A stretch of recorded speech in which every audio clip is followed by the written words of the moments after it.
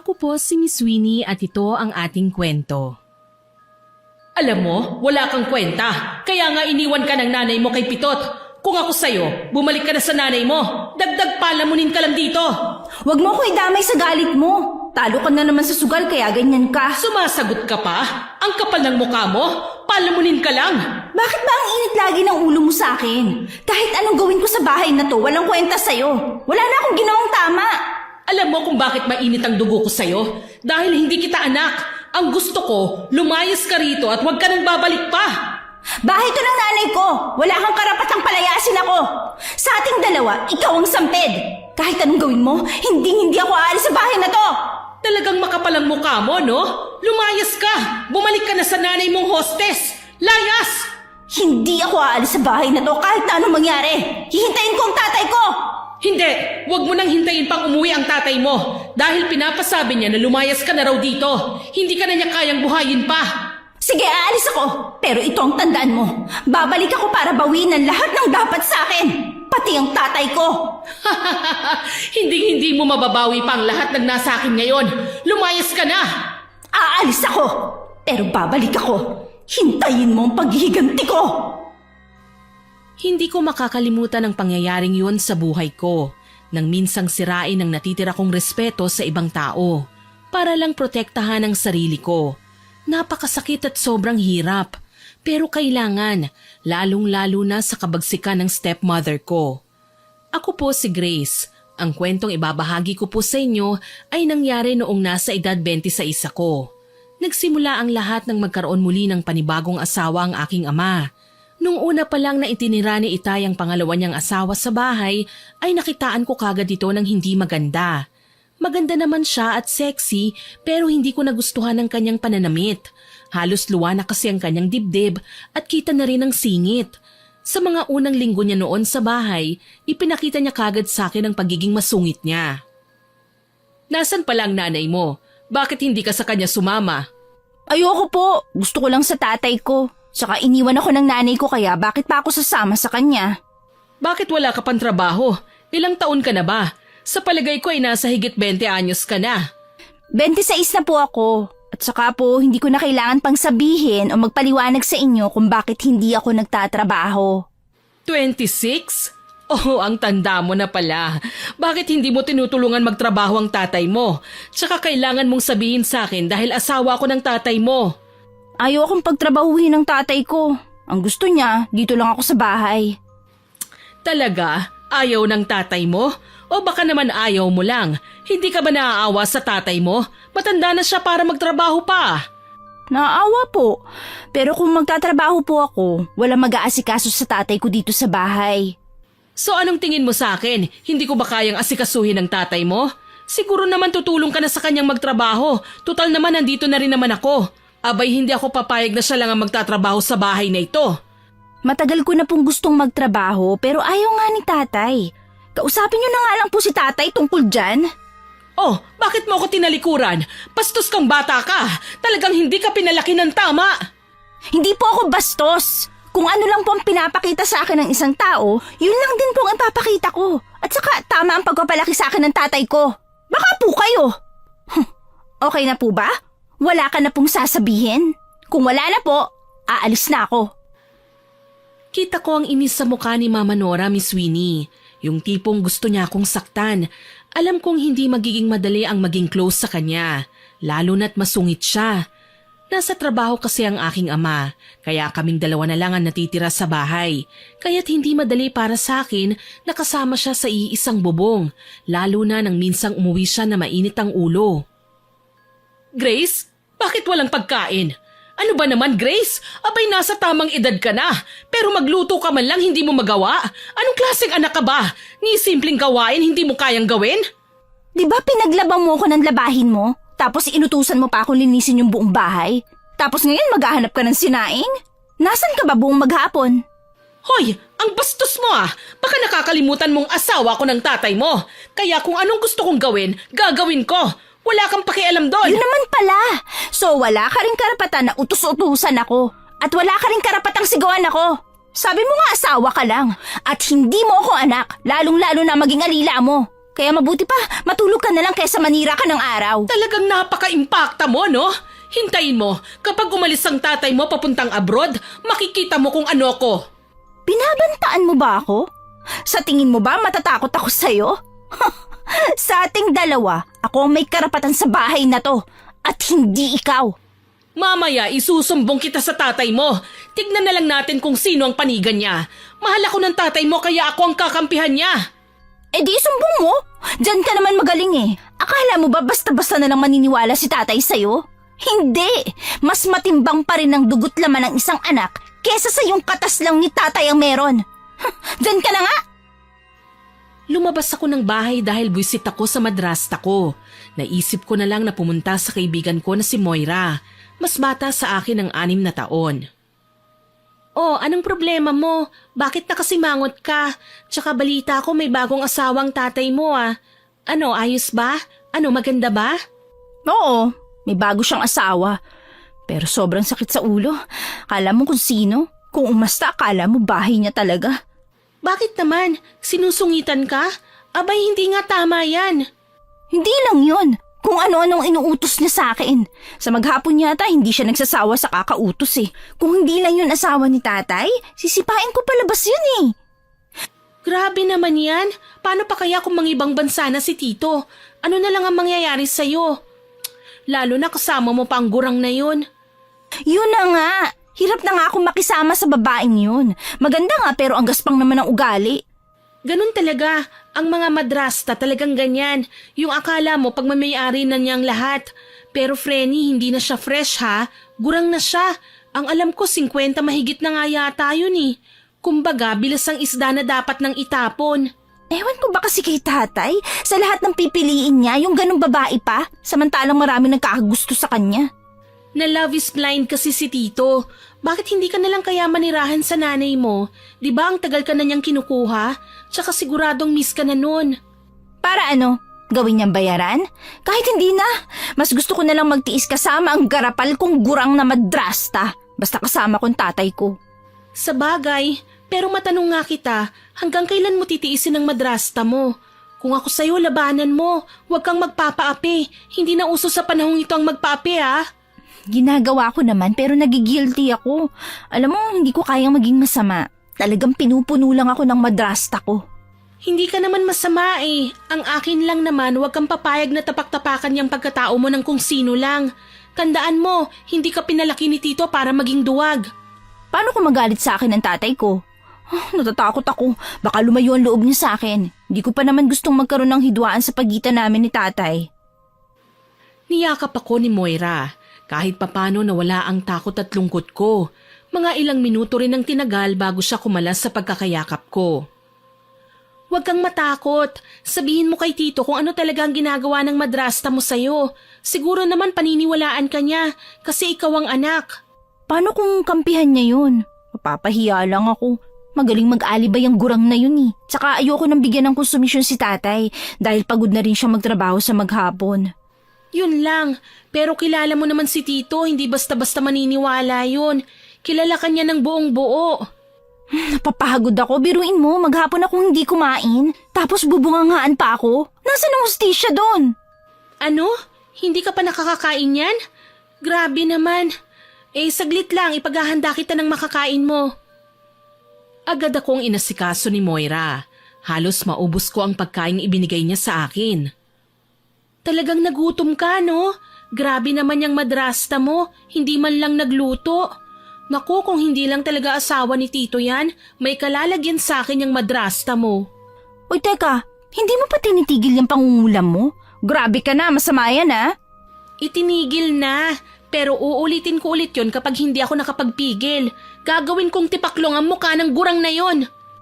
Yan ang wag mong gagawin, kundi kukutusin talaga kita. Tsaka ayokong gumamit ng kulam para lang makaganti.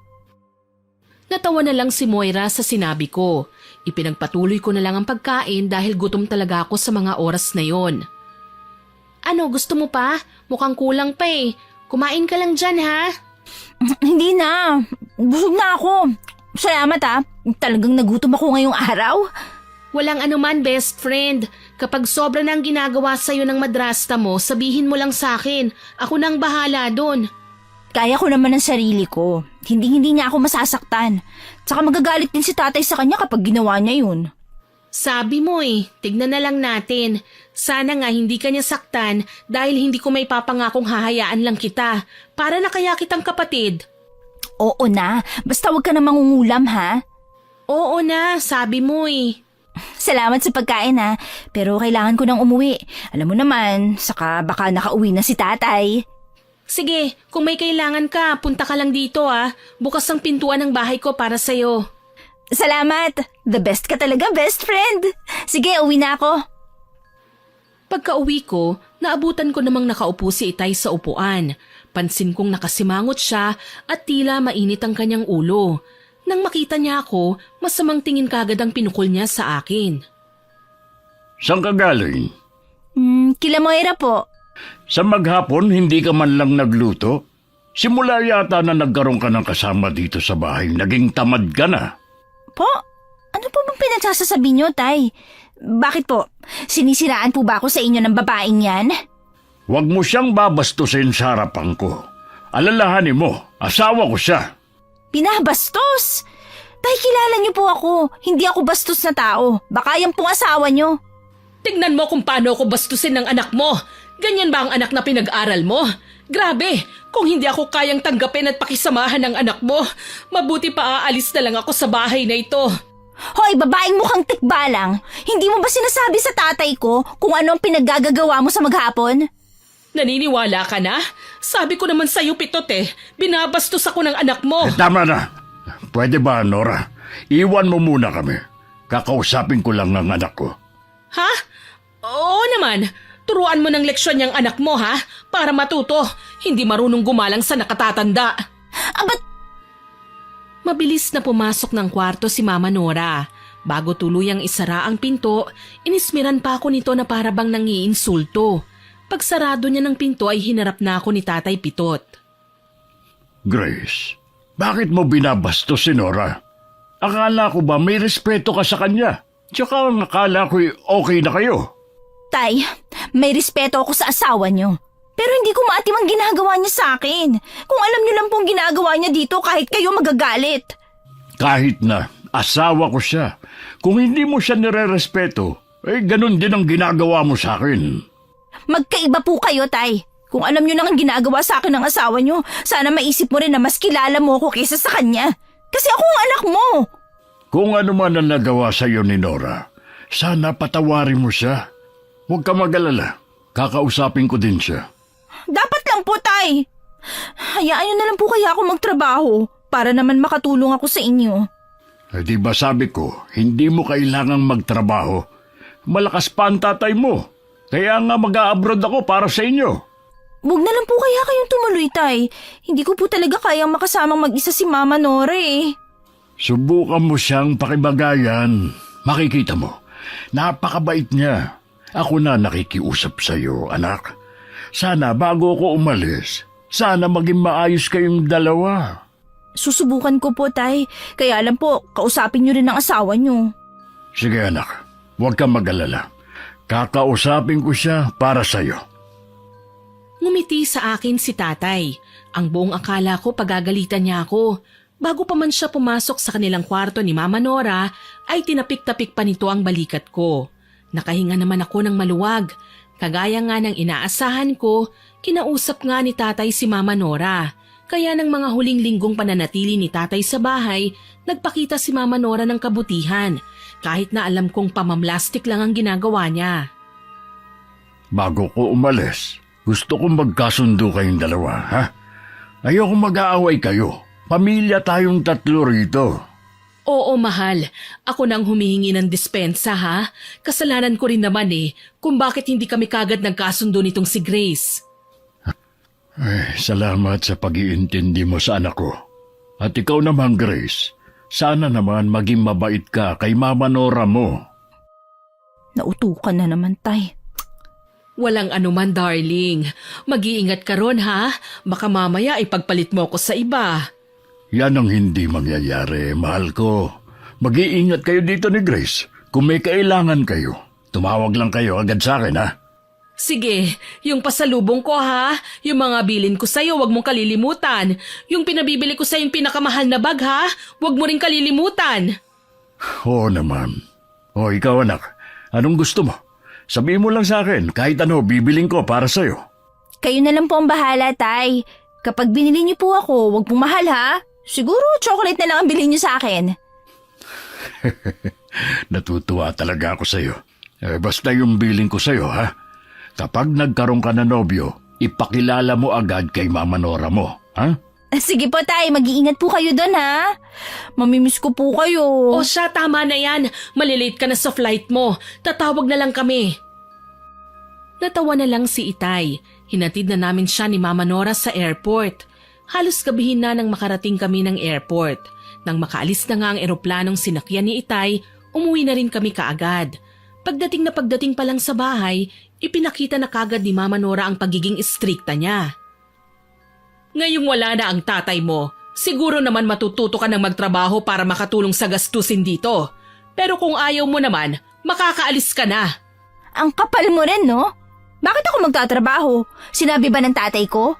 Magtatrabaho ako kung kailan ko gusto. Wala ka ng pakialam doon.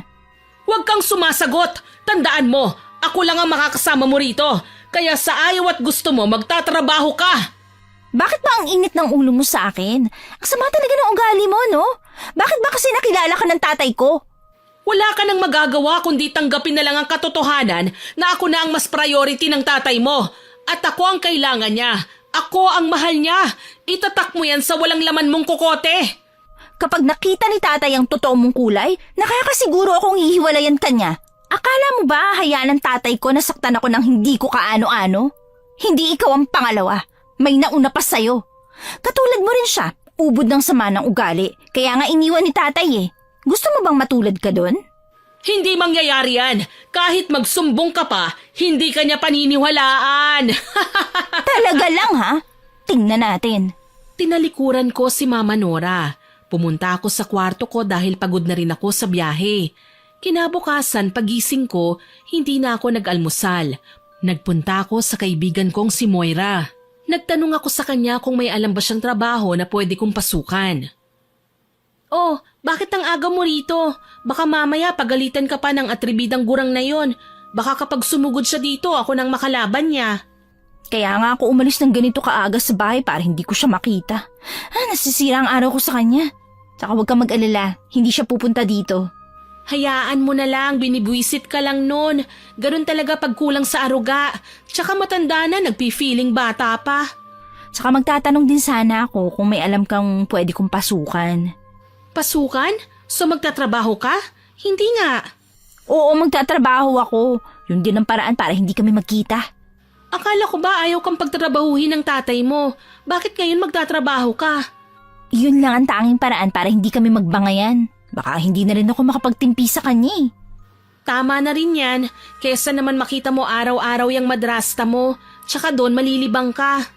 Oo, kaya nga gusto ko magtrabaho para makaiwas sa kanya.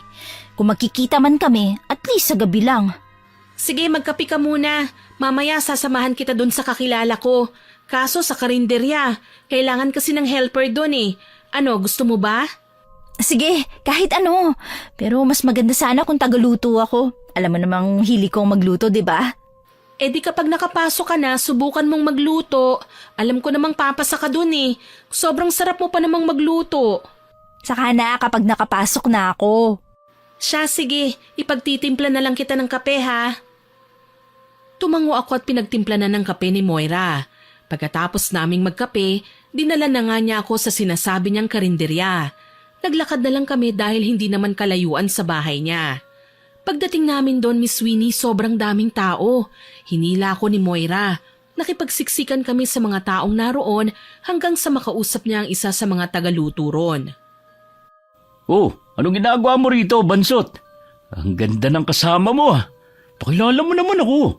Gusto mo sapak? Puro kakalokohan eh. Kaya ako naparito dahil ipapasok ko sana tong kaibigan ko. Kailangan niya ng trabaho eh.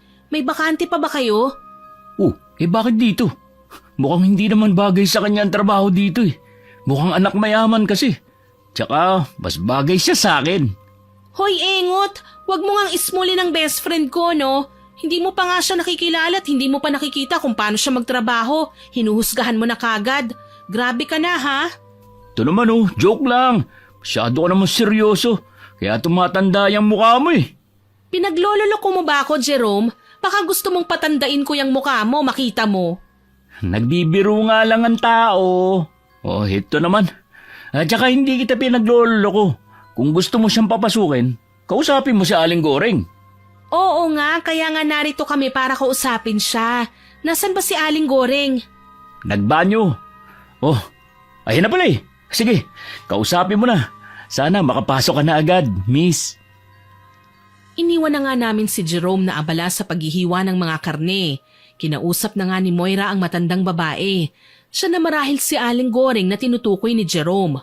Pumayag naman si Aling Goreng at pinagsimula na rin ako ng araw na yon. O paano, iwan na kita dito ha? Kapag may problema, tawagan mo lang ako. Lalo na kapag may ginawa itong ugok na to sa'yo.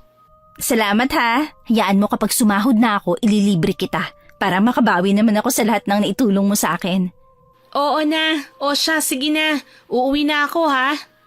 Hoy Tukmol, wag mong papagurin tong best friend ko ha. Sisiguraduhin ko sa'yong may kalalagyan ka sa akin. Oo na. Bakit kasi ang OA mo? Hindi ko siya pahihirapan dito. Mamahalin ko nga siya eh. Natawa ko sa pag-uusap ng dalawa na animoy napakatagal na nilang magkakilala. Pagkatapos nilang magbiruan, umuwi na si Moira. Miss, bawal lang tatamad-tamad dito Kung ayaw mo kagad matanggal sa trabaho. Medyo may pagka-dinosaur ang amo natin eh. Sige, huwag ka mag-alala, hindi ako tamad. Hindi ako katulad ng iba na kagaya ng iniisip mo.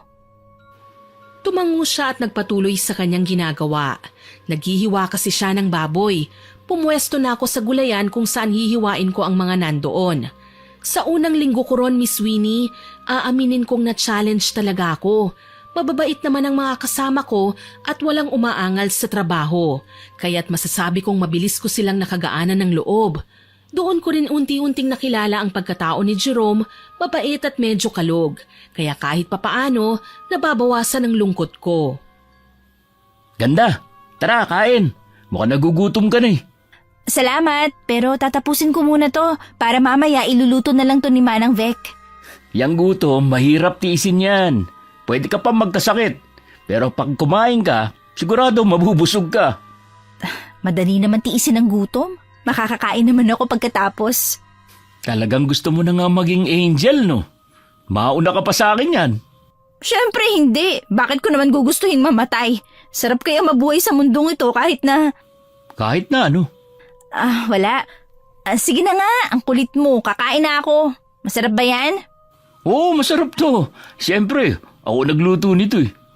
Sige, patikim ako. Kapag hindi to masarap, hindi na ako ulit titikim sa pagkain na galing sa'yo. Grabe ka naman sa akin. Sarap yan. Kasing sarap ko. Iniabot niya sa akin ang isa pang bauna na dala niya. Nang tikman ko, masasabi kong napakasarap. Kaya hindi ko mapigilang mapangiti. Ano? Masarap ba? Sabi ko naman sa'yo eh. Masarap ako magluto eh. Oo na, masarap ka nga magluto. Pero hindi ka masarap. Saka bakit hindi ka pumasok dito bilang cook? Sayang naman ang talent mo sa pagluluto. Naku, mas nakakapagod magluto. Ikaw ba? Ano talent mo? Sa palagay ko, masarap ka. Masarap ka magluto. Ako? Siguro pareho tayo. Magaling din ako magluto. Hindi naman sobrang galing talaga. Marunong lang ako magluto. Yun, marunong lang. Sige nga, try mo kaya ngayon. Malay mo, magustuhan ni Aling Goreng. Baka gawin ka pa niyang tagaluto kapag nagkataon. Wag na, ano ka ba? Okay na ako sa paghihiwa ng gulay tulad mo. Hindi, subukan natin. Baka mas masarap ka pang magluto kaysa kay Manang Vec eh. Kinuha ni Jerome ang pagkain na ibinigay niya. Pagkatapos hinila niya ako papuntang kusina at doon sinabi niya kay Aling Goreng na subukan daw akong paglutuin. Aayaw pa sana ako ngunit agad na pumayag si Aling Goreng. Nagluto ako ng kaldereta, ang isa sa pinakapaborito kong ulam at niluluto ko. Nang maluto ko na kagad, ipinatikim ko yon kay Jerome na nooy natulala na lang nang matikman ang luto ko. Pagkatapos tinikman din yon ni Aling Goreng. Grabe, sobrang sarap ng luto mo. Dati ka bang chef? Aminin mo na. Hindi no, namana ko lang yan sa tatay ko. Magaling din kasi magluto yun. Tingnan mo mga kasamahan natin. Lahat sila nasasarapan sa luto mo. Parang hindi naman. Hindi ka naniniwala. Tingnan mo, ikaw ang gagawing tagaluto rito. Grabe, ang sarap mong maging asawa. Totoo naman kasi ang sinabi niya eh. Kahit si Aling Goreng, ganun din ang sinasabi sa akin. Simula ng araw na yon, ako na ang itinokas sa pagluluto. Sobrang saya ko dahil agad akong na-promote bilang isang tagaluto. Tuwang-tuwa naman si Moira nang minsang banggitin ko sa kanya ang tungkol doon. Talaga? Naging cook ka na? Aba, congratulations! Ang bilis ah! Hindi naman kumpanyang pinapasukan ko. Pwede mo nalang sabihin na tumaas ang ranggo ko. Ganon din yun. Ay, siya nga pala, sinabi mo na ba yan sa magaling mong madrasta? Sigurado akong tuwang-tuwa yun. Hindi pa. Wala akong balak sabihin sa kanya. Alam mo naman yun, masyadong garapal. Saka magtatanong lang yun sa sahod ko. Kala mo naman bibigyan ko siya. Di mo pa ba nabalitaan ang tungkol sa kanya? Bakit? Anong tungkol sa kanya? May nakakita daw dyan may kasamang lalaki. Mukhang kabit niya dahil ang sweet daw tapos magkaakbay pa. Totoo ba yan? Saan naman daw nakita? Baka naman namamalikmata lang sila. Oo, totoong totoo. Itsura pa lang ng madrasta mo kahit may edad na, halata namang makatirin. Tsaka sa mismong bahay niyo pa dinadala. Pero kung hindi ka naniniwala, ikaw ang bahala. Basta ako, sinabi ko lang sa'yo dahil concerned ako. Oo na, kapag ako nakahuli sa kanya talagang isusumbong ko siya kay tatay. Hindi lang pala basura ang ugali niya, malandi pa pala siya, malanding gurang. Paano mo gagawin yun? Hindi ba nga sabi mo magaling gumawa ng alibay? Pwede niyang sabihin na ginagawan mo lang siya ng kwento para siraan. Kaya dapat umisip ka ng matinong paraan o di kaya kulamin na lang natin. O ano, gusto mo? Alam mo tama ka, pero hindi ko siya ipapakulam. Alam mo naman ang kahihinatnan, di ba? Maraming paraan para makaganti sa kanya. Sige, ikaw ang bahala. Basta kung kinakailangan gawin natin. Hindi para patayin siya kundi para bigyan siya ng leksyon. Nang sa ganun ay mapagtanto niya ang lahat ng kanyang kamalian. Tumango ako. Tama naman si Moira sa sinabi niya eh. Pagkatapos kong makipagkwentuhan sa kanya, nagpaalam na akong uuwi na. Pagdating ko sa bahay, naabutan ko siyang nag-aayos ng kanyang sarili. Halos punong-puno ng kolorete ang kanyang pagmumuka sa kapal ng makeup na nilagay niya. Gusto kong tumawa pero pinigilan ko na lang.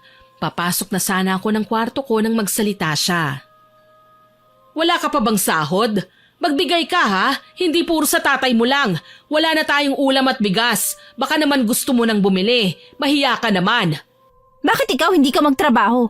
Total wala ka naman ding silbi dito.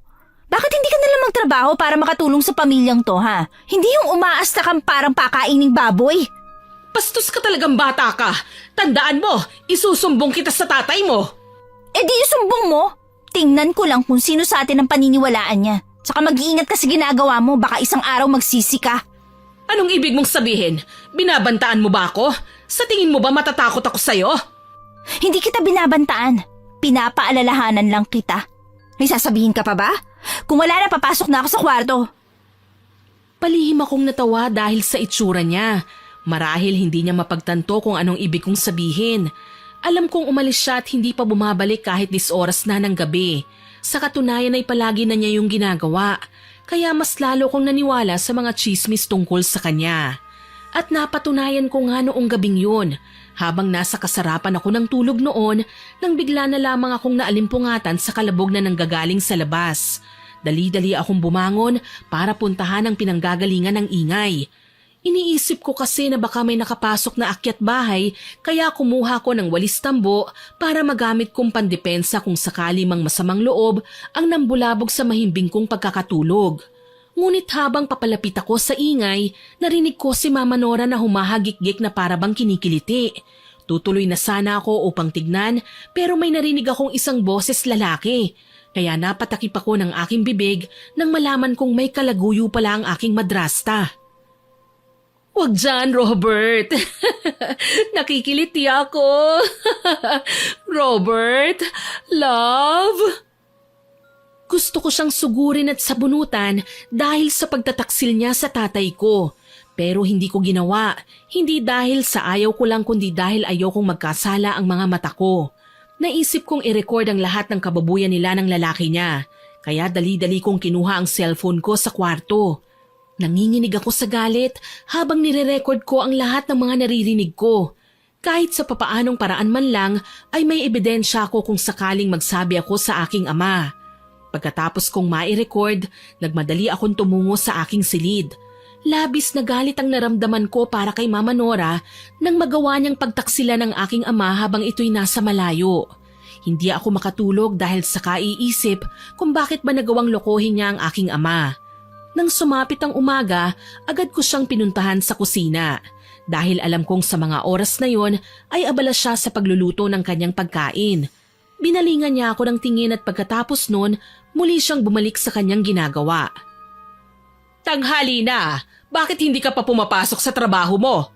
Huwag mong sabihin sa akin na hindi ka papasok. Hindi pwede yon. At bakit hindi pwede? Saka wala kang pakialam kung ayokong pumasok. Wala ka namang magagawa eh. So, hindi ka nga papasok. Anong gagawin mo dito, ha? Sisirain mo lang ang araw ko sa maghapon.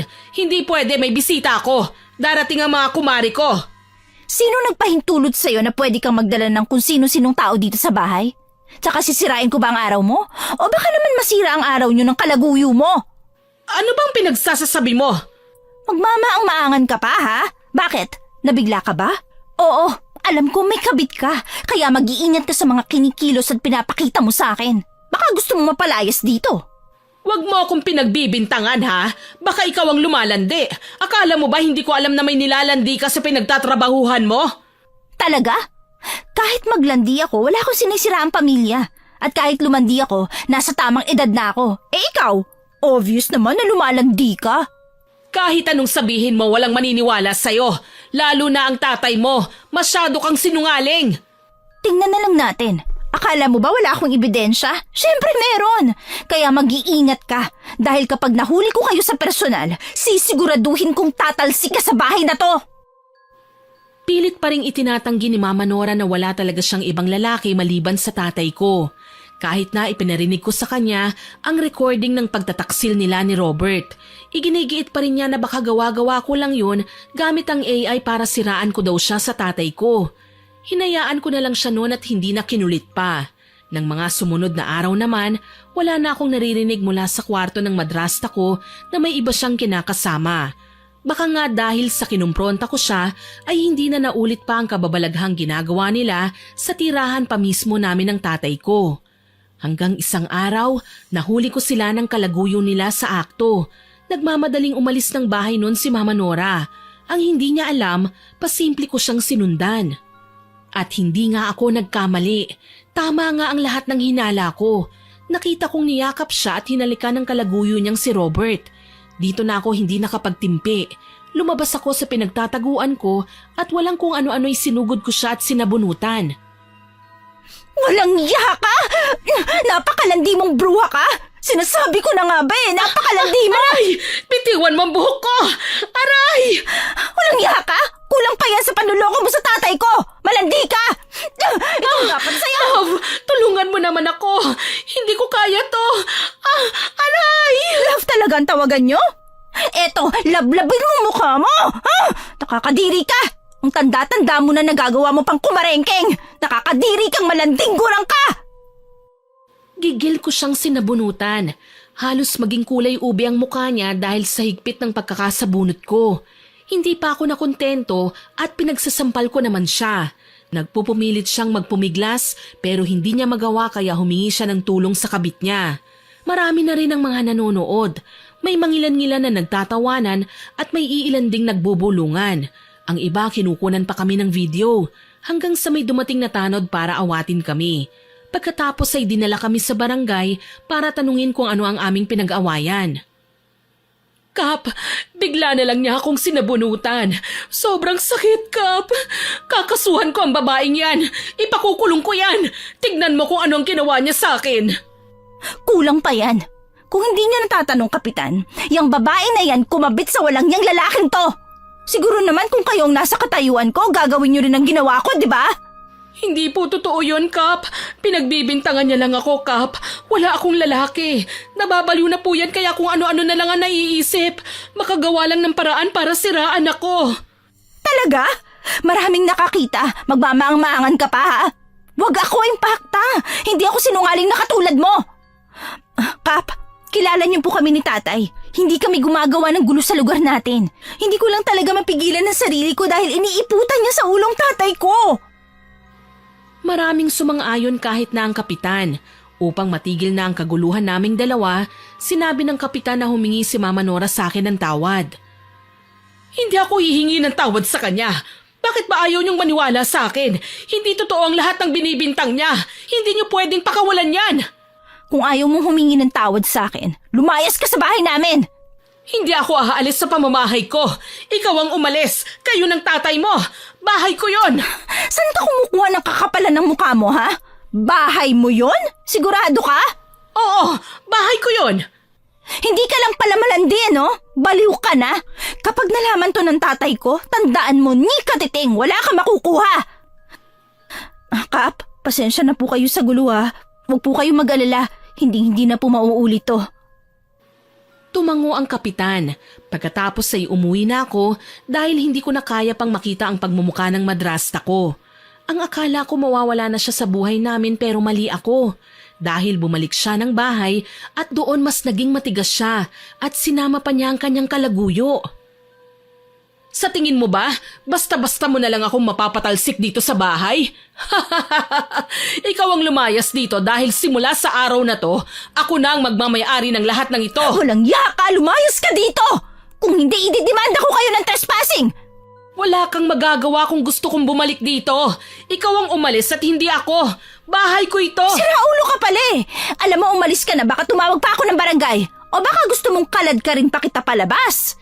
Tingin mo, kaya mo kaming dalawa lalo na tong si Robert, my love?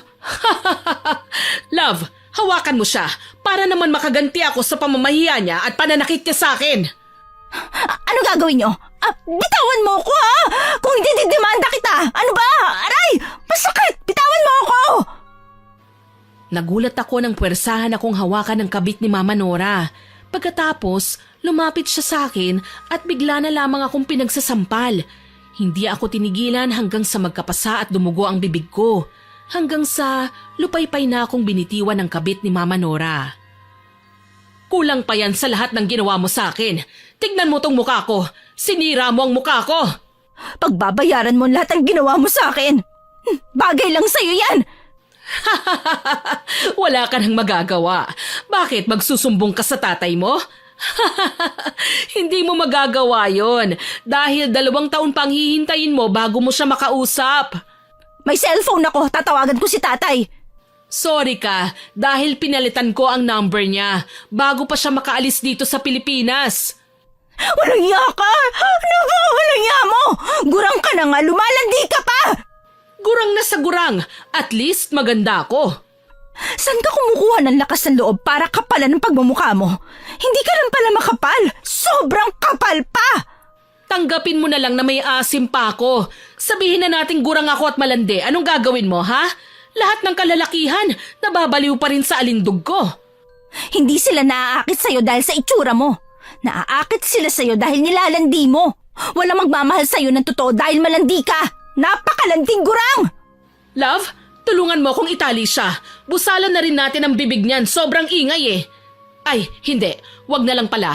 Hayaan natin siyang magngangawa dyan habang pinapakita ko sa kanya kung sino talaga ako.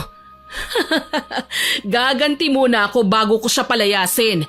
Hindi ako papayag na hindi ako makaganti. Ako naman ang sisira sa buhay mo. Gusto kong marinig kung paano ka umiyak sa gagawin ng mga lalaki ko sa'yo. Gusto kong marinig ang pagmamakaawa mo sa akin. Agad namang sinunod ng kabit ni Mama Nora na talian ako. Pagkatapos, muli niya akong sinabunutan at pinagsasampal. Hindi pa siya nakontento dahil inutusan niya ang kanyang kabit na yayain ang mga barkada nito para magsaya na naging lalaki din ng malandi kong madrasta. Darling, gusto mo bang makatikim ng masarap ngayong gabi? Ikaw, ipapalasap ko sa iyo kung gaano kasarap ang nararanasan ko sa kama tuwing katabi ko ang mga kalalakihan. Ayop ka! Saktan mo na ako lahat-lahat. Huwag mo lang yurakan ang pagkatao ko. Nakikiusap ako. Aalis ako at hindi na ako magsusumbong sa tatay ko. Pakiusap. Sorry, pero huli na ang lahat. Oh, ayan na pala sila. Hello boys, gusto nyo ba ng dessert? Eto oh, sexy at birhen. Wag! Wag po, layuan niyo po ako! Nagpupumiglas ako dahil alam kong may gagawin silang hindi maganda sa akin. Halos pinuno ng nakakatakot na halakhakan ng mga kalalakihan ng kwarto ko. Kasama na roon ang malanding gurang na madrasta ko. Lumapit siya sa akin at malawak ng ngiti ang pinakita niya. Enjoy, darling! Umiiyak ako at nagmamakaawa nang maghubad ng pang-itaas ang 5 kalalakihan. Lumabas na nga si Mama Nora. Nandidiri ako nang hawakan ng isa sa mga kalalakihan ng mukha ko. Pilit akong nakikiusap na pakawalan at maawa sila sa akin. Ngunit tila naging bingis sila. Ginawa nga nila ang hindi maganda sa akin. Sinira nila ang pinakaiingat-ingatan ko. Pinagpiestahan nila ako buong gabi hanggang sa magsawa sila. Para akong lantang gulay at hindi maramdaman ang tindi ng sakit na ginawa nila sa aking pagkababae. O ano? Nag-enjoy ka ba? Sabi ko naman kasi sa'yo, kapag kinalaban mo ko, mararanasan mo ang mga ayaw mong maranasan. Hayop ka! Pagbabayaran mo lahat ng ito. Bakit? Hindi ka ba nasarapan? Solve ka na sa kanila. Gusto mo pa ba ulit? Papatayin kita! Hala, natatakot ako.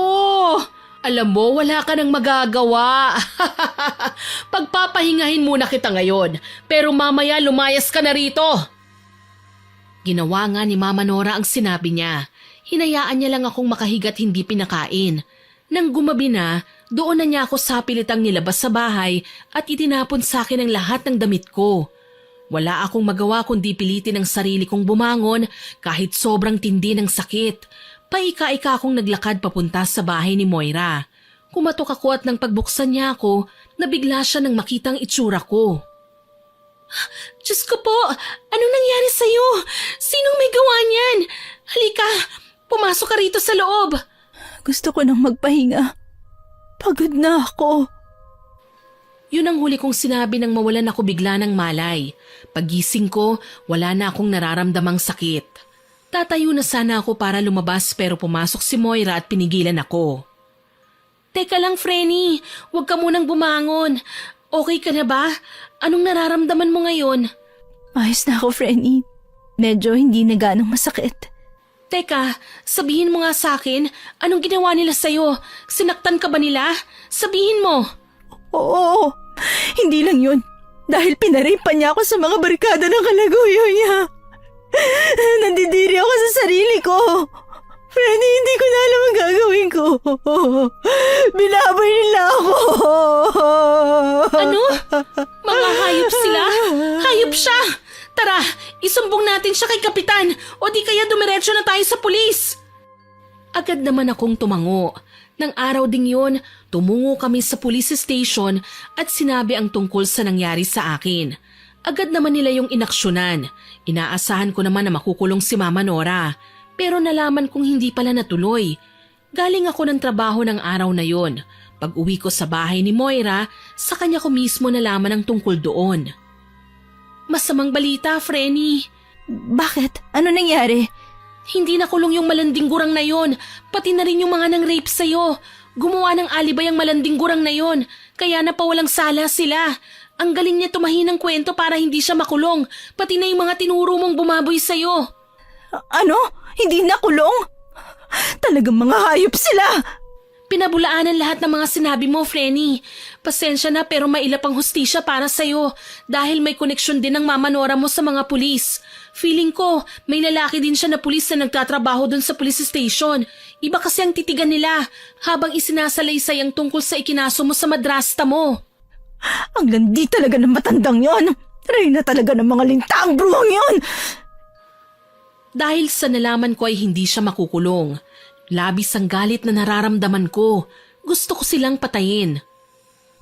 Kung hindi siya makukulong, siguro tama ka. Kailangan ko siyang bigyan ng leksyon. Hindi ako matatahimik hanggat nakakawala pa silang mga hayop sila. Anong gusto mo? Kulamin natin siya? Isama na rin natin pati ang kabit niya, yung Robert. Oo, gusto kong gumante.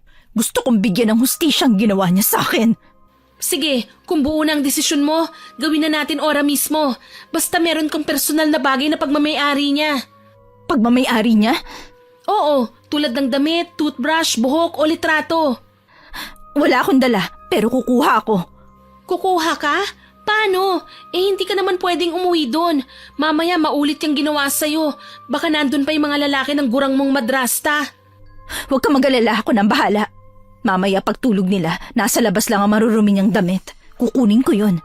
Sige, mag-iingat ka ha. Hinintay kong mag-alas 11 ng gabi bago ako pumunta sa bahay namin ni Tatay Pitot. Maingat at hindi ako gumawa ng kahit anong ingay. Tumungo ako sa likod bahay dahil doon ang paliguan at palikuran namin. Saktong may nakita akong maruming damit niya at ng kanyang kabit. Kinuha ko yun at dali-daling dinala kay Moira. Ito na ang kailangan mo, Frenny. Bakit dalawa? Kanino tong panlalaki? Sa kabit ba niya? Oo, dahil gusto kong magdusa sila sa lahat ng ginawa nila sa akin at kay tatay. Sige, pumasok na tayo sa loob. Tulungan mo akong isarado ang lahat ng bintana pati ng pinto. Gagawin na natin ang matinding pangungulam sa malandi mong madrasta at sa kabit niya. Sinunod ko naman ang lahat ng kanyang sinabi. Nang matapos, kumuha siya ng itim na kandila at ipinalibot niya sa aming dalawa. Pagkatapos, pinatay niya ang lahat ng ilaw sa bahay. Frenny, sa gagawin nating ito, humawak ka lang ng mahigpit sa aking kamay ha. Huwag kang bibitiw kahit na anong mangyari ha. Dahil mamaya, may ibang nilalang ang makakasama natin dito. Hindi ako ang gagawa ng kulam kundi ang demonyong kakausapin ko. Demonyo? Oo, mapanganib ang gagawin natin at huwag kang didilat kahit na anong mangyari. Natatakot ako. Pero sige, gagawin ko yan. Simulan na natin. Pumwesto na siya ng maayos. Pagkatapos, inilagay niya ang itim na libro sa kanyang tabi. Pumikit na rin kami at sinimulan na niyang magbanggit ng mga kakaibang lengguwahe. Nagsimula na ngang umihip ang malakas na hangin at unti-unti na ring pumapatak ang ulan. Nang matapos siyang magbanggit ng kakaibang lengguwahe, kinuha na niya ang librong itim at binasa niya ang mga nakasulat doon. Mas lalong tumindi ang lakas ng hangin at halos nagkandahulog-hulog ang lahat ng mga gamit sa loob ng bahay. Dinig ko rin ang pag-iba ng boses ni Moira na animoy may nilalang na nagsasalita. Pagkatapos niyang basahin, binitiwan niya ang aking kamay. Ang akala ko tapos na, ngunit pagmulat ko ng aking mga mata, hindi na ang kaibigan ko ang aking nakita, kundi isang babaeng may dalawang sungay at kulay itim ang mga mata. Kinuha niya ang damit ni Mama Nora at kalaguyo nito, tsaka niya yun sinunog. Pagkatapos, kinuha niya ang mga abo at inilagay yun sa garapon na may iba't ibang insekto. Maya-maya pa, bumalik na sa dati si Moira.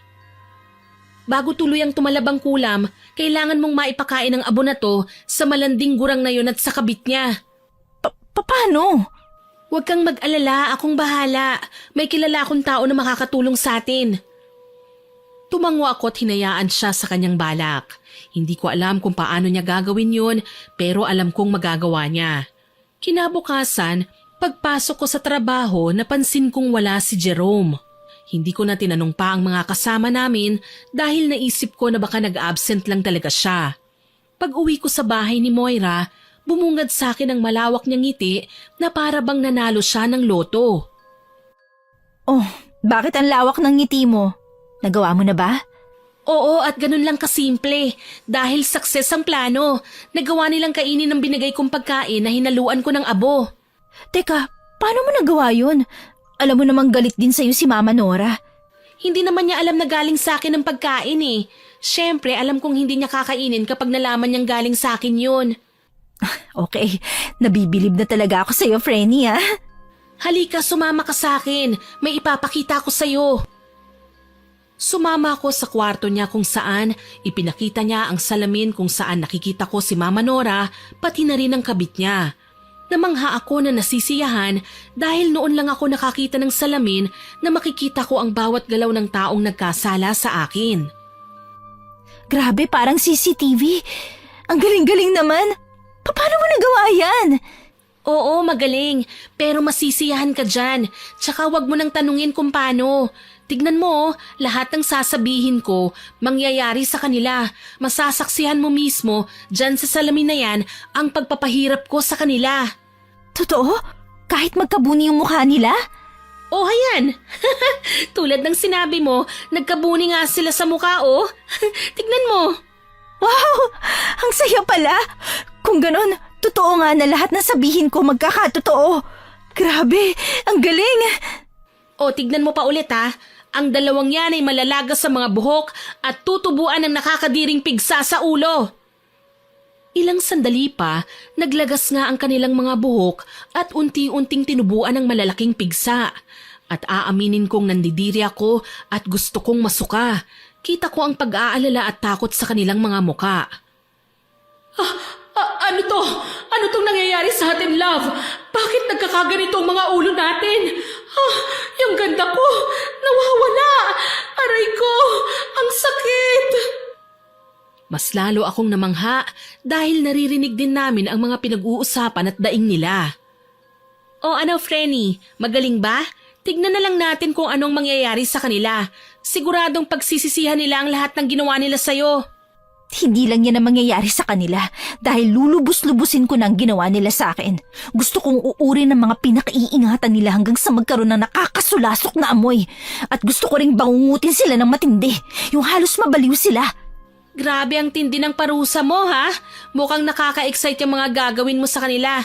Hindi na ako makapaghintay, Frenny. Kulang pa yan sa lahat ng ginawa nila sa akin. Papanoorin ko lang kung paano sila magdusa. Kailan mo balak sabihin sa tatay mong nangyari sa'yo? Kailangan niyang malaman ang lahat. Siguro bukas na lang. Ayokong patagalin para malaman niya kung anong klaseng babae ang minahal ni tatay. Nang gabing yun, nawala ang bigat ng nararamdaman ko. Kinabukasan, pagpasok ko sa trabaho, sinalubong ako kagad ni Jerome. Mukhang ganda ng mood natin ngayon ah. Ano nagpapasaya sa'yo? Wala naman. Isang magandang panaginip lang ang dumalaw sa akin. Siguro, ako na panaginipan mo no. Kaya ganyan na lang kaganda mood mo. Aminin mo na kasi. Sira, hindi no. Basta ako nakakaalam kung bakit sobrang saya ko. Teka nga, bakit absent ka kahapon? Hindi ba sinabi sa'yo ni Moira? Pinadeliver niya ako ng ulam dun sa madrasta mo kahapon. Ha? Talaga? Oo, natandaan kong sinabi niyang nagpa-deliver siya ng pagkain pero hindi niya naman sinabi sa akin na ikaw ang inutusan niya. Oo, parang ang pinapatuloy pa ako ng madrasta mo sa bahay niya eh. Kasi parang inaakit din niya ako. Yun ang naramdaman ko sa kanya eh. Pero di ako nagpadala syempre. Ikaw lang kaya ang baby loves ko. Ay, siya nga pala. Bakit hindi ka na nakatira dun? Di ba bahay niyo yun? Alam mo, chismoso mo. Pwede ba wag mo nang tanungin? Masyado kang chismoso. Ay, sorry naman. Nagtatanong lang naman ako eh. Siyempre, kahit sino magtataka. Nginitian ko na lang siya. Pagkatapos ay tumungo na ako sa kusina upang umpisahan ang pagluluto. Naging abala ako sa aking pagluluto hanggang sa hindi ko namalayan na hapon na pala. Nang uuwi na ako, nagpresenta si Jerome na ihatid ako. Tara, hatid na kita. Baka pagtripan ka pa ng mga tambay dyan sa tabi. Salamat pero wag na. Pagod ka rin katulad ko. Kaya ko naman ang sarili ko, no? Para sa babaeng special sa akin, siyempre hindi ako mapapagod. Anong ibig mo sabihin? Sino bang special na babae para sa'yo? Wala. Sa akin na lang yun. Chismosa ka rin pala eh. Ewan ko sa'yo. Hinatid na nga ako ni Jerome. Nang makita ni Moira na magkasama kami, isang nakakalokong ngiti ang sumilay sa mukha niya. Wow! Hindi ako na-inform na ihahatid mo tong best friend ko Magtapat nga kayo sa akin. May something na ba? Hoy, ang utak mo talaga. Walang something sa amin, no? Tsaka nagpumilit lang siyang ihatid ako. Walang something pero hinatid ka dito sa bahay. Ano Jerome, magtapat nga kayo sa akin? Kayo na ba? Ang totoo niyan. Oo, kami na nga nitong best friend mo. Huwag ka mag-alala. Hindi ko siya sasaktan. Promise. Talaga? Magmamaang-maangan ka pa. Kayo na pala. Bakit hindi mo sinabi sa akin? Nakakatampo ka na, ha? Huwag kang maniwala sa kanya. Tsaka kilala mo ako, wala akong nililihim sa'yo kahit na ano. Tsaka ikaw ang nakakakilala dito kay Jerome. Maloko to eh. Oo na, pero bakit sinabi mo Jerome kayo na? Loko-loko ka talaga no? Manliligaw muna ako bago maging kami.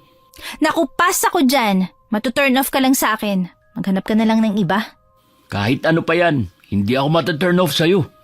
Kahit na sa pinakamadalim mong mundo pa. Mamahalin kita kahit sino ka pa o ano ka pa. Sigurado ka ba dyan? Baka saktan mo lang tong freni ko ha? Kilala mo ko, Kumag. May kalalagyan ka talaga sa akin kapag niloko mong freni ko. Gusto mo ba ilagay kita sa bote na puro mga insekto? Makikita mo. Oo nga, seryoso ako. Matagal ko ng crush si Grace eh. Simula pa nung una siyang pumasok. Kaya nga, pilit akong lumalapit sa kanya eh. Okay, pero pwede ka ba munang umuwi? Pag-usapan nyo na lang yan bukas. Kailangan na rin kasing magpahinga nitong si Grace eh. Oo. Salamat sa paghatid, Jerome ha. Gusto mo ba magkape muna? Naku, wag na. Basta bukas ha, sisimulan ko manligaw. Seryoso ako sa'yo. Lahat gagawin ko para sa'yo. Natawa na lang ako. Hindi ko sineryoso ang sinabi ni Jerome kasi alam kong may pagkamaloko yun. Nang mawala na siya sa aming paningin, pumasok na kami sa loob ni Moira. At doon, ipinakita niyang muli ang nangyayari sa dalawa. Napatakip ako sa aking bibig. Patakbo akong tumungo sa banyo para doon ilabas ang lahat ng kinain ko. Hindi ko nakayanan ang aking nakita. Halos hindi ko makilala si Mama Nora. Halos maging kamatis ang mukha niya dahil sa tindi ng tumubong pigsa. Sobrang dami ring uod ang gumagapang sa paa niya. Hindi mo na ba kinayang mga nakita mo? Kulang pa yan sa lahat ng ginawa nila sa'yo. Hindi ba't parang grabe nang ginawa natin sa kanila? Huwag mong sabihin sa akin na naaawa ka. Huwag kang mag-alala, hindi sila mamamatay. Sinisiguro ko yan sa'yo. Paano? Tingnan mo naman. Grabe kung ano-anong nakakadiring karamdaman ng tumubo sa kanya. Tiwala ka lang. Siya nga pala, yung cellphone mo kanina pa nagri-ring eh. Si Tito yata ang tumatawag. Sige, ako na ang tatawag. Kailangan ko na rin kausapin si tatay eh. Kinuha ko ang cellphone na inabot sa akin ni Moira. Pagkatapos, tinawagan ko si Itay. Doon sa bagong numerong nakarehistro sa cellphone ko. Mabuti na lamang agad niya yung sinagot. O anak, kanina pa kita tinatawagan na. Bakit hindi mo sila sagot? Kumusta ka na? Kumusta na ang Mama Nora mo? Tay, wala na po ako sa bahay. Anong ibig mo sabihin wala ka na sa bahay? May nangyari ba? Opo, Tay. Sobrang dami po. Kailangan nyo na po malaman ng totoo. Si Mama Nora, may kabit po siya at doon niya tinira sa bahay. Sigurado ka ba dyan, anak? Bakit ngayon ka lang tumawag? Pasensya na po, Tay. Ayoko po mag-alala kayo sa akin. Sinabi ko rin ang lahat ng nangyari sa akin. Alam kong hindi siya maniniwala kaya naman pinasa ko ang nirecord kong pag-uusap nila. Alam kong maaapektuhan ang kanyang trabaho at baka umuwi siya sa Pilipinas kahit na hindi pa tapos ang kanyang kontrata. Pero kailangan kong sabihin sa aking ama ang katotohanan. Sige na, anak. Magpapaalam na ako sa mga amo ko na payagan nila akong umuwi. Lintik lang ang walang ganti, anak. Pasensya ka na kung wala ako sa tabi mo. Pasensya na kung pinapasok ko sa bahay si Nora. Patawarin mo ko, anak. Huwag niyo na po silang pag-aaksayan pa ng oras, Tay. Kinakarma na po sila sa lahat ng ginawa nila sa akin. Ipagpatuloy niyo lang po yung ginagawa niyo dyan. Huwag niyo akong alalahanin. Kasama ko po si Moira. Sige, anak. Tatapusin ko tong kontrata ko. Pag-uwi ko, hindi na ako babalik dito. Diyan na lang ako para mabantayan kita palagi. Paalam, Tay. Mag-iingat po kayo palagi, ah. Mahal ko po kayo. Mahal din kita, anak. Habang wala pa ako, diyan ka muna kay Moira, ha? Balitaan mo ko. Pinatay ko na ang tawag at pagkatapos ay muli kong pinanood ang nangyayari kay Mama Nora at sa kanyang kabit. Lumipas pa ang ilang araw, mas lalong tumindi ang nararamdaman nila hanggang sa sila na mismo ang nagtungo sa ospital para magpagamot. Ngunit tila naging bigo ang mga doktor at hindi malaman kung anong klaseng sakit ang dumapo sa kanila. Nabalitaan din ito ng mga kapitbahay. Ang ilan ay nagsasabi na karma daw nila yon pero ang iba naman ay naaawa sa kanilang kalagayan. Isang umaga noon, habang ako ay abala sa pagluluto sa karinderya, lumapit sa akin si Jerome. Grabe naman pala nangyari sa madrasta mo, no? Sobrang nakakadiri. Hindi ko alam. May nangyari ba? Oo, nasa ospital daw. Balita ko, dinapuan ng nakakadiring sakit yung madrasta mo, pati yung kalaguyo niya. Ay, bagay lang sa kanila yung karmang nararanasan nila ngayon. Hayaan mo na. Ayoko ng pag-usapan. Sige na, bumalik ka na sa trabaho mo. Baka kagalitan ka pa ni Aling Goreng. Ay, teka lang. Hindi ako aalis hanggat hindi ko naririnig ang matamis mong oo. Sira! Alam mo, gwapo ka. Ang bagay sa'yo, disente at walang bahid ng karumihan. Hindi tulad ko. Hindi mo alam kung anong pinagdaanan ko. Bakit mo ba dinadown niyang sarili mo? Kung ano man niyang pinagdadaanan mo, kalimutan mo na yan. Tsaka kahit napakadilim ng mundo mo, handa akong tanggapin yun. At handa akong paliwanagin ang mundo mo nang makaahon ka na sa dilim ng kahapon. Naks, pinag-isipan mo pa yan ano? Lalim ah. Sige na, maghiwa ka na ng karne. Mapansin pa tayo ni Aling Goreng na nagchichismisan dito. Nakita ko ang pagsimangot niya kaya naman natawa ko. Pagsapit ng hapon, muli siyang nagpresenta sa akin na ihahatid niya ako. Pero sa pagkakataong yun, tumanggi ako. Pasensya ka na Jerome ha. Pero pwede bang wag mo na akong ihatid? Pati panliligaw mo. Gusto ko na sanang itigil mo na. Hindi nga, seryoso? Bakit? Ano bang problema? May ginawa ba ako? Humihingi ako ng paumanhin kung sakaling may ginawa ako. Wala kang ginawa. Wala din problema sa'yo. Ang problema sa akin. Bakit? Sabihin mo, handa naman ako maghintay kahit abutin pa ng 50 years. Hindi nga kasi akong nararapat sa'yo. Maruming babae nga kasi ako. Sige, sabihin mo sa akin lahat kung ano ba talaga ang dahilan. Ipaintindi mo sa akin. Napayuko ako at hindi ko na mapigilan ng mapahagulgol. Doon, sinabi ko sa kanya ang lahat-lahat ng nangyari sa akin. Pati na rin ang pambababoy sa akin. Nakita kong nagulat siya at halos hindi makaimik. Ano, naintindihan mo na? Di ba napakarumi ko? Dahil narib ako ng kung sino-sino. Dahil dyan gusto mo akong tumigil? Hindi naman yan ang habol ko sa'yo ah. Mahal kita. Totoong mahal kita. Wala akong pakialam sa nakaraan mo. Tutulungan kitang kalimutan yan. Tanggap kita kahit na anong nangyari sa'yo. Sinasabi mo lang yan. Pero alam kong lalayuan mo na ako. Ayokong umasa. Maniwala ka naman oh. Ang tagal ko na nanliligaw sa'yo eh. Lahat ng effort ko para sa'yo. Totoo. Jerome, pag-isipan mo munang maigi yan. Hindi mo ko deserve. Nagulat naman ako nang bigla niya na lang akong halikan. Nagpumiglas ako at pagkatapos ay sinampal ko siya. Sorry Grace. Nadala lang ako. Ayoko mawala ka sa akin. Mahal na mahal kita. Sa hindi ko malamang dahilan, bigla na lamang akong yumakap sa kanya. Pagkatapos hinatid na niya ako sa bahay ni Moira. Tahimik at walang kibuan sa pagitan naming dalawa hanggang sa umuwi na siya. Napansin naman yun ni Moira. Bakit parang hindi kayo makabasag pinggan na dalawa ni Jerome? Mukhang nagtalo kayo, no? Hindi kami nagtalo, Frenny. Sinabi ko lang sa kanya na tigilan na niya ako. Ayokong habang buhay na pandirihan niya ako. Alam mo, Frenny, mabait si Jerome. Kilala ko yan dahil ang totoo, pinsan ko siya. Kaya nga nang malaman kong nanliligaw siya sa'yo, sobrang tuwa ko. Tsaka hindi man didiri sa'yo yun. Alam niya? Bakit sinabi mo? Oo, sinabi ko. Wala namang masama dun eh. Pero okay lang naman daw sa kanya dahil hindi naman daw kabawasan sa pagkalalaki niya ang nangyari sa'yo kung sakaling maging kayo. Hindi na ako kumibo. Tama si Moira, Miss Winnie. Dapat ko ngang bigyan ng pagkakataon si Jerome. Kaya naman naglakas loob akong muli siyang kausapin. Jerome, pwede ba tayo mag-usap? Sige, ano ba yun? Tungkol sa nangyari kahapon, pati na rin sa pagsampal ko sa'yo. Naku, wala yun. Kasalanan ko din naman eh. Pero kung sasabihin mong tigilan ko ng panliligaw sa'yo, pasensya na. Pero di ko gagawin yun. Tungkol dyan, gusto ko nang tigilan mong paliligaw mo sa akin. Eh, di ba, sinabi ko naman sa yung hindi ako titigil sa panliliw Dahil sa... ngayon pa lang, sinasagot na kita. Talaga? Sinasagot mo na ako? Hala, hindi ba ako nananaginip? Sabi mo sa akin, totoo, di ba? Oo nga. Nakita ko naman talagang pag-e-effort mo sa akin. Pero sana lang, hindi mo ko saktan. Hindi mangyayari yan. O, paano?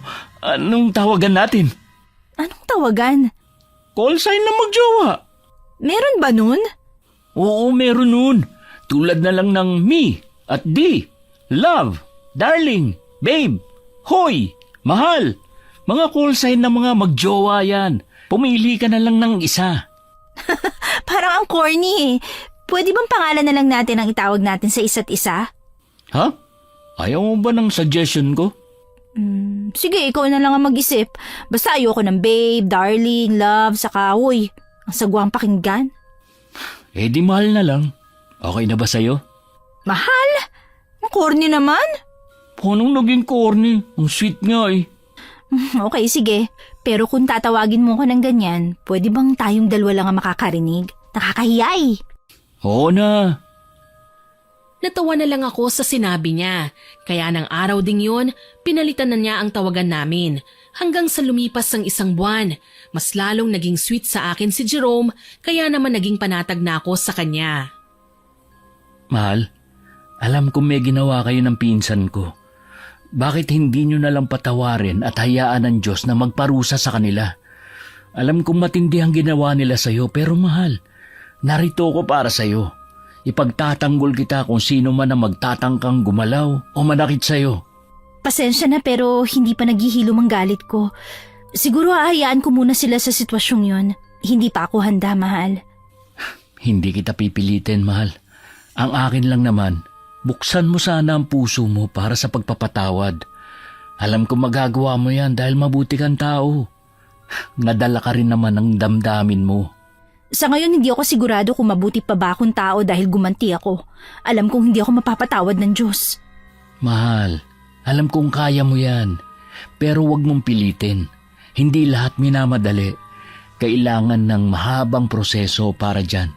Kaya mo yan, mahal ko. Tutulungan kita.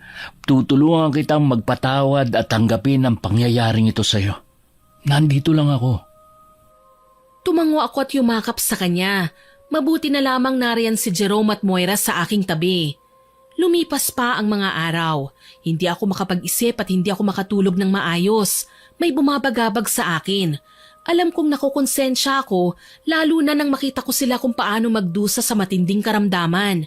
Kaya nang minsang mag-usap kami ni Moira, nabanggit niya sa akin si Mama Nora, pati na rin ang kalaguyo nito. Siya nga pala, Frenny, halos 1 buwan mo na silang pinarurusahan. Hindi mo pa ba ipapatanggal sa akin ang kulam? O kahit ikaw, tanggalin mo na, pati ang puot at galit sa puso mo. Naiisip ko na rin yan, Frenny. Siguro nga kalabisan ang ginawa natin sa kanila, pero sobrang sakit ang ginawa nila sa akin. Sa palagay ko, nagsisisi na silang dalawa, lalo na ang nanay-nanayan mo. Tsaka baka ikamatay na rin kasi nila eh. Alam kong hindi mo naman siguro intensyon yon, hindi ba? Hindi ko alam. Aaminin kong nakukonsensya ako pero sa dulo ng kaibuturan ng puso ko, sinasabing hayaan na lang silang mamatay. Hindi ko makalimutan ang ginawa sa akin ng madrasta ko sa mga lalaki niya. Ang mga pambababoy nila sa akin. Pinaglaruan nilang pagkababae ko. Sa tingin mo ba, ano dapat kong sundin? Ang puso ko, ang isip ko. Gulong-gulo na ako, Frenny. Lahat ng bagay may solusyon. Subukan mo, magiging magaan din ang lahat. Hindi naman palaging nasa huli ang pagsisisi. Parang istorya sa una, mahirap pero pagdating sa dulo lahat ay gumagaan. Lahat pinagsisisihan. Tama ka. Siguro nga panahon na para palayain na sila. Sige, Frenny. Hayaan na kitang tanggalin ang kulam sa kanila. Ngumiti si Moira at pagkatapos niyakap niya ako. Muli kaming humarap sa salamin kung saan kita namin ang nangyayari sa kanila. Kaya naman ako na mismo ang bumawi ng kulam. Binabawi ko na ang kulam. Pagalingin sila at alisin ang lahat ng karamdaman. Isang iglap lang, nawala na nga ang lahat. Ang mga uod bigla na lang nawala Ang mga pigsa, unti-unting nawala at natuyo. Sana lang magtanda na sila, lalo na yung malanding gurang na yan. Madrasta mo pala. Kasi kung hindi, tutuluyan ko na talaga ang mga yan. Kung hindi man nila pagsisihan, bahala na ang Diyos na magpataw ng parusa sa kanila. Ang importante, nakaganti na ako sa ginawa nila kahit nakukonsensya ako. Kahit may natitira pa ring puot sa dibdib ko. Aayos din ang lahat, Frenny. Tiwala ka lang sa sarili mo. Alam kong kaya mo. Hindi madali pero alam kong darating ang panahon na matututo rin ang puso mo na magpatawad. Salamat sa lahat. Kung hindi dahil sa'yo, siguro baliw na ako o di kaya patay na ako ngayon. Kaya malaki yung utang na loob ko sa'yo, Frenny. Ano ka ba naman? Malamang best friend kita eh. Kaya hindi ako papayag na mapahamak ka. Sige na, matulog na tayo. Maaga ka pa bukas eh. Nagtawanan kaming dalawa. Mas lalong gumaan ang pakiramdam ko at pinagpasa Diyos ko na lang ang lahat. Kinabukasan, pumasok ako sa trabaho ng may magandang ngiti. Napansin naman yun ni Jerome. Wow! Ang ganda yata ng mood natin ngayon, mahal ah. Anong energy drink ba na inom mo? Biglang nagbago ang mood mo eh. Wala, basta ang masasabi ko lang magiging maayos din ang lahat. Naninibago ako sa'yo. Parang hindi ikaw yan eh. Bakit? Ano bang pinagbago? Parang wala naman eh. Ito pa rin ako, no? Meron. Oo, ngumingiti ka pero yung mga mata mo, sobrang lungkot. Pero iba yung ngiti mo eh. Parang maaliwalas na. Ewan ko ba? Ay, hindi ko alam. Sabihin na lang natin na binawi ko na ang pagpaparusa sa gumawa ng kasalanan sa amin. Wow, talaga? So, hindi mo na... Shh! Huwag kang maingay. Malalaman pa nila yan eh. Gusto mo pa yata akong mapahamak. Sorry naman, mahal ko. Dahil dyan, pagluluto kita ng masarap na pagkain. Lumipas pa ang 2 linggo. Wala na akong balita kay Mama Nora. Ang pagkakaalam ko, lumabas na sila sa ospital. Hindi ko alam kung bumalik ba siya sa bahay o sumama na sa kanyang kalaguyo. Ako naman, nagpatuloy lang sa trabaho. Habang abala ako sa pagluluto noon, bigla namang tinawag ni Jerome ang pangalan ko. May isang babae raw ang gustong kumausap sa akin. Bakit mo ba ako tinatawag? May ginagawa ako eh. Buti pa, mahal. Ako na muna dyan. May gustong kumausap sa'yo eh. Sino daw? Hindi mo ba tinanong? Importante ba? Pero kung hindi, wag na lang. Siguro lumabas ka na lang, mahal. Kanina pa kasi siya naghihintay sa'yo. Ako nang bahala dito. Sige, yang niluluto ko ha. Wag mo nga hayaang masunog yan. Patay ka talaga sa akin. Tumango si Jerome. Pagkatapos naghugas lang ako ng kamay bago lumabas. Nagulat ako nang makita ko roon si Mama Nora. Akmang tatalikuran ko sana siya nang tawagin niya ang pangalan ko. Grace, pwede ba kitang makausap? Sana pagbigyan mo naman ako kahit ngayon lang. May gusto sana akong sabihin sa'yo eh. Huminga ako ng malalim bago ko humarap sa kanya. Pagkatapos umupo ako sa tabi niya. Anong kailangan niyo? Grace, gusto ko sanang humingi ng tawad sa lahat ng ginawa kong kasalanan sa'yo. Patawarin mo sana ako, anak. Nagsisisi ako. Nagkamali ako. Aaminin ko. Patawad dahil pinain kita sa mga naging kalaguyo ko. Patawad dahil naging malupit ako sa'yo. Patawad, Grace. Kailangan ba laging nasa huli ang pagsisisi? Bakit mo nagawa sa amin ni tatay yon? Alam mo bang sumaya siya sa'yo at minahal ka niya ng sobra? Alam ko, nagsisisi akong niloko ko siya. Huli na nang mapagtanto kong mahal ko pala talaga siya. Pero huli na ang lahat eh. Sobrang sama ng ginawa ko sa'yo. Kinalimutan ko na yon. Sana lang magbago ka na. Sana lang may natutunan ka rin sa nangyari sa'yo. Siya nga pala, aalis na ako sa bahay. Pwede ka nang bumalik doon at handa na rin akong makulong sa kasalanang ginawa ko. Susuko na ako sa mga pulis para pagbayaran ng lahat-lahat. Hindi ako makapaniwala sa mga sinabi niya. Nakita kong seryoso siya, kaya naman hindi ko mapigil ang hawakan ng kanyang mga kamay.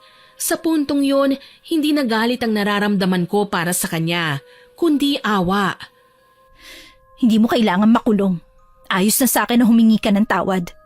Ang gusto ko magbagong buhay ka na. Pwede ka pa rin namang maniraan sa bahay pero hindi mo pwedeng patirahin ang kalaguyo mo. Wala na kami ng lalaki ko. Simula nang makalabas kaming dalawa sa ospital, naghiwalay na kami ng landas. Ang balita ko nakulong siya kasama ng mga barkada niya na nilandi ko rin. Pinutol ko na rin ang koneksyon ko sa iba ko pang mga kalaguyo. At isa pa, magbabago na ako. Masyado akong nalunod sa pangaakit ko sa ibang mga lalaki. Sa pagmamahal ng maraming lalaki. Dahil lang sa pag-iwan sa akin ng mga anak ko at ng asawa ko. Patawad talaga, Grace. Patawarin mo ko. Lahat ng tao may pag-asang magbago. Nasa sayo lang talaga kung gusto mo o hindi. Sana lang maging aral na sayo ang lahat na nangyari. Magpapakalayo-layo muna ako. Gusto kong makapag-isip ng maayos. Siguro babalik na lang muna ako sa probinsya sa mga kamag-anak ko. Hindi na ba talaga magbabago ang isip mo? Sigurado ka na ba talaga sa desisyon mo? Oo, anak. Hindi na magbabago pa ang pasya ko. Huwag mo na akong alalahanin. Pumarito lang ako para personal na humingi ng tawad sa'yo. Hindi ko nahihintaying makabalik si Pitot bago ko umalis. Magpapaalam na ako. Sana balang araw, mapatawad mo ko. Kayo ni Pitot. Bago siya umalis, yumakap siya sa akin at doon paulit-ulit siyang humihingi ng tawad habang umiiyak. Nang kumalas siya sa pagkakayakap, mabilis siyang umalis. Sa puntong yon, labis akong naaawa para sa kanya. Nagsisisi rin ako sa aking nagawa. Ano, mahal? Nakapag-usap na ba kayo? Oo, nag-usap na kaming dalawa. Humingi siya ng tawad. Siguro nga mahal, tama ka. Kailangan ko magpatawad dahil yun naman talagang dapat, di ba? Para magkaroon din ng closure. Para may kalayaan ng puso kahit may bubog na naiwan. Napakabuti mo, mahal. Oh, paano yan? Uuwi ka na sa bahay mo? Pwede bang doon na rin ako tumira kasama mo? Ano? Hindi pwede ah. Di ko pa nga namamanhikan tapos doon ka titira. Ang galing mo rin no? Paano ko gagawin yun? Wala ang tatay mo dito. Natatay ko na rin. Sus, di hintayin mo siya. Pero kung ayaw mo at nagmamadali ka, maghiwalay na tayo. Bahala ka dyan. Hala, wag! Ang tagal naman kasi ng 2 years na pagbabalik ng tatay mo eh. Pero siyempre, handa akong maghintay. Alam mo bang gusto na kitang pakasalan at anakan? Gusto mo bang masampal ulit, ha? Ano nga anakan ang pinagsasasabi mo? Anakan mo yung mukha mo. Teka, joke lang. Sige na, pumayag ka na. Huwag ka mag-alala. Hindi ako gagawa ng milagro. Ay, ano pala, masama pala. Tukmo, lumayas ka. Baka gusto mong kulamin din kita, ha? Hindi nga, seryoso. Gusto na kitang makasama habang buhay. Gusto mo, kausapin natin si tatay. Nagulat ako nang hablutin niya ang hawak kong cellphone. Pagkatapos tinawagan niya si Itay. Oh, bakit napatawag ka, anak? Tay, hello po. Pasensya na po sa abala. Oh, ikaw pala, Jerome. Bakit napatawag ka iyo? Gusto ko po sanang magpaalam sa inyo na doon na po ako titira sa bahay niyo kasama tong mahal ko. Kung pwede lang po, gusto ko na rin kasing magsama kami sa isang bubong. Ano ka mo? Gusto mo maging asawa ng anak ko? Baka naman nabibigla ka lang. Hindi, tay. Seryoso po. Gusto ko na pong pakasalan ng anak niyo. Mahal na mahal ko po siya. Hindi ko na siya pakakawalan. Kung yan talagang gusto mo at handa ka na, ay sino ba naman ako para pigilan pa kayo? At saka matanda na ang anak ko, kaya kaya niya na yan. Basta't hintayin niyo akong umuwi bago ang kasal, ha? Pero bigyan niyo muna ako ng maraming apo. Sige po, tay. Kahit 6 na dosena pa yan. Promise ko po yan pagdating nyo. 1 dosena agad ang apo nyo. Nagulat ako sa sinabi ni Jerome kaya nabatukan ko siya. Imbis na magalit, nagtawanan na lang sila ni Itay. Nang araw ding yon, nagpaalam at nagpasalamat ako kay Moira sa lahat ng tulong niya sa akin bago ko umuwi kasama ng nobyo ko. Doon nagsikap kaming magtrabaho para makapagpundar at mapaayos ang bahay. Hanggang sa hindi namin namalayan na 2 taon na pala ang lumipas. At sa loob ng 2 taong yon, nagbunga na rin ang pagmamahalan namin ni Jerome. Isang cute at napakalusog na magandang babae. Kay tagal na ng panahon, mahal, no? Kumusta na kaya si Aling Nora? Ano na kaya nangyari sa kanya? Buhay pa kaya siya? Maayos na siguro siya ngayon. Hayaan mo na, kalimutan na lang natin siya. Mukhang hindi na siguro siya babalik. Kailan kaya uwi si tatay? Halos 2 taon na. Sana naman, umuwi na siya para naman mapakasalan na kita. Nagulat naman kami nang may magsalita sa aming likuran. Ang aking ama pala ang dumating. Tay? Tay! Tay, namiss ko po kayo! Ay nako, namiss din kita anak. Patawarin mo ko dahil wala ako sa tabi mo sa mga panahong kailangan mo ko. Ayos lang po, tatay. Ang importante po sa akin, nakauwi na po kayo. Huwag na po kayong bumalik dun, ha? Dito na lang po kayo. Kami na lang pong bahala sa inyo. Alam kong ito ang isa sa mga araw na pinakahihintay ko, ang pag-uwi ni Itay. Sa ngayon, Miss Winnie, 2 na ang anak namin ni Jerome. Masaya kaming namumuhay kasama si Itay. Wala na kaming balita kay Mama Nora kung ano ang nangyari sa kanya sa mga nakalipas na taon. Ganon din sa aking ina na ni minsan hindi na ako nagawang dalawin man lang kahit na isang beses lang. Si Moira naman may pamilya na rin at piniling mamuhay sa ibang bansa. Hanggang dito na lamang po. More power po sa inyong channel and God bless. Sana po ay nagustuhan niyo ang aking ibinahaging kwento. Pero bago ko po tapusin ito, hindi makukumpleto ito ng walang shoutout. Shoutout po kay Monique Pajarillo, kay Kimberly Saicon, kay Michelle Mahusay, kay Jilin Siyawan, kay Cecil Vlog, kay Glory Grace Sereno, hello din po kay Grace Largadas, kay Maribel Balabag, kay Miss Clary na nag-comment sa mapaghiganti na kabit upload. Ang sabi po niya, dati daw ay napapakinggan lang niya ang Miss Winnie stories sa palengke, supermarket at convenience store. Ngayon daw po ay maski sa trabaho at sa mga gawaing bahay ay kasama na niya ako at pinakikinggan ang mga kwento natin. Naku, maraming salamat po Ma'am Clary. Nakakataba po ng puso na malaman yan. Shoutout din po kay John Aldrin de la Peña na nag-birthday noong November 26. Belated happy birthday po. Kay Ma'am Vina Mailas, kay Baby Dang Cordero, kay Tara Dabi, kay Milrose Demate, kay Kathy Alfonso at kina Yuri, Jarel at Liam Mabato. Hello din po kay John Santi at sa Santillan family from Victoria Tarlac, kay Irsam Aslam from Jeddah, kay Cherry May Libiran, kay Jocelyn Kai, kay Basic Anatomy, kay Assorted Love Hurts KSA, kay Jenny Comia, kay Yusa April, kay Andy Paglinawan from Quezon. Shoutout din po kay Tootsie Roll, kay Janet Engrata, kay Jerlyn Arbado, kay Jiminy 0621, kay Ma'am Lydia Lopez, kay Limay 34, kay Bay Quaresma at sa mga staff ng Charlina Laundry na nakikinig sa atin habang naglalaba. Salamat po sa inyo. Hello din po kina Rosemary Casonete, Mary Jane Biyay, Melody Soriano, Belen Malbas, Celestina Sigua, kay Shirley Carillo, kay Kabibo at sa Peñafiel at Sarmiento family, kay Ana May Baclayo, kay Joanne Cleofe, kay Ma'am Nerissa Molina na nag-birthday noong November 23. Belated happy birthday po ma'am. At hello din po kay Mecca at Meds. Gusto ko rin pong kunin ang pagkakataong ito na pasalamatan ng ating female guest voiced artist para sa upload natin ngayon. Sa Ang Hukom Voice Talent ang may bahay po mismo ni Hukom. Salamat po at sana po ay suportahan din natin ang Hukom channel. Maraming salamat po sa lahat ng nakinig at nagkomento. Abangan pa po ninyo sana ang mga susunod kong upload at huwag po ninyong kalilimutang mag-subscribe, like, share and comment sa stories natin.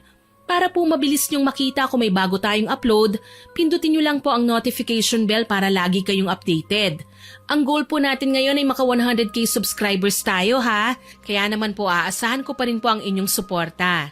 Muli, ako po si Miss Winnie na nagpapasalamat sa inyong pakikinig.